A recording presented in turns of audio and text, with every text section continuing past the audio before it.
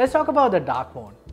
Yes, designers of 2022 will need to think about creating the same app twice, one with light mode and one with dark mode. As much as people love dark mode, regardless of its ability to relieve eye strains in the dark environment or its contribution to limiting the emission of blue light, the dark mode cannot be taken lightly from a designer's perspective. First and foremost, not all apps work well with dark mode.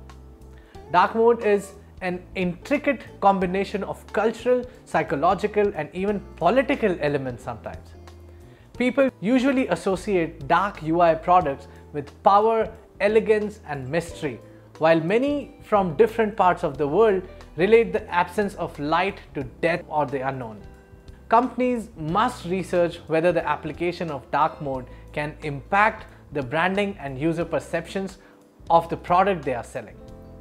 Designers may use different techniques when designing a dark UI. While it is common to use shadows to represent depth in light mode, designers usually struggle to do the same in dark mode. So they use different shades of grey.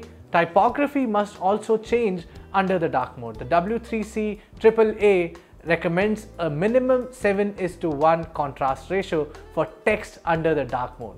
So the font, size, layout must be changed to achieve this. In summary, the dark mode may be pleasing to the eye in some products, but it could be complicated to implement for others.